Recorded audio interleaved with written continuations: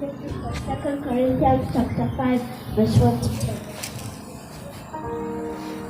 For we know that if our earthly house of this tabernacle were dissolved, we have a building of God, an house not made with hands, eternal in the heavens.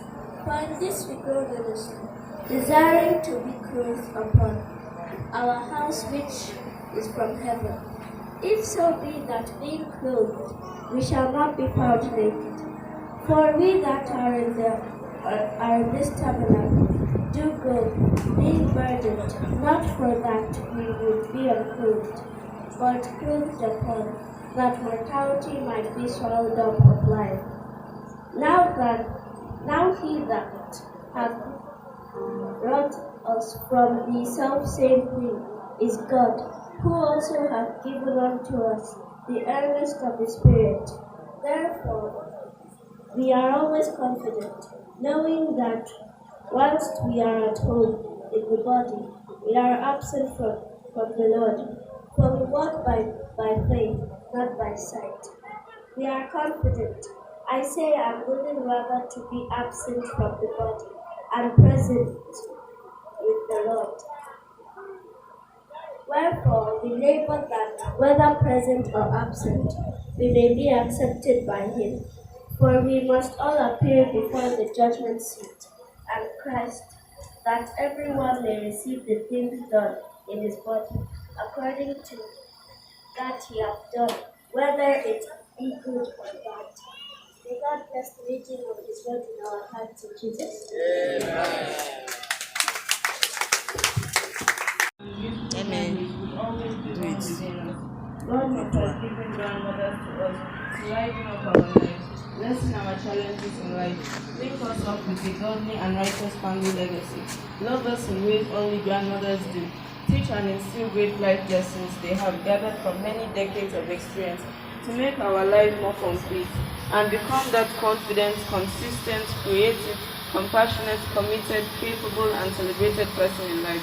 I remember the time you came all the way from Enugu village to where we lived in Enugu State, Nigeria, to help nurse our first baby, which is me. She taught me a lot about love and the meaning of family. I learned many other life lessons like diligence and hard work, love and respect for the family, compassion and empathy for people, amongst other things. Thank you for your sacrifices, your care and concern, your love, and everything that you have done for me. We know you are in a much better place in the bosom of our Lord Jesus Christ and with his angels in heaven. I will be forever grateful and thankful that you are my grandmother. Rest in peace, grandmother. We will never forget you and we will always love you forever. We love you so much and we will miss you a lot. We are comforted in the truth that we shall see you on the resurrection morning. Adieu, Grandma. From your granddaughter, Chidima Banjo, her husband and children. Thank you. 1 Corinthians 15, verse 1, and I read, verse 1. Behold, I show you a mystery. We shall not all sleep, but we shall all be changed. 52. In a moment, in the twinkling of an eye, at the last trump, for the trumpet shall sound, and the dead shall be raised incorruptible, and we shall be changed. For this corruptible must be put on incorruption, and this mortal must put on immortality.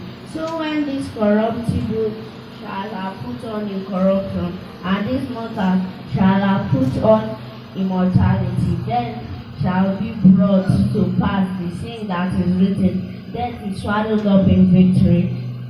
O death, where is thy sting? O grave, where is thy victory? 56. The sting of death is sin, and the strength of sin is the law. 57. But thanks be to God, which has given us victory through our Lord Jesus Christ. May the Lord bless the reading of his word in Jesus' name. Why are we not excited? See that small boy, very bold, face everybody and read clearly and boldly. Praise the Lord. We are moving forward as we fight the magnetic voices for the third day. Great.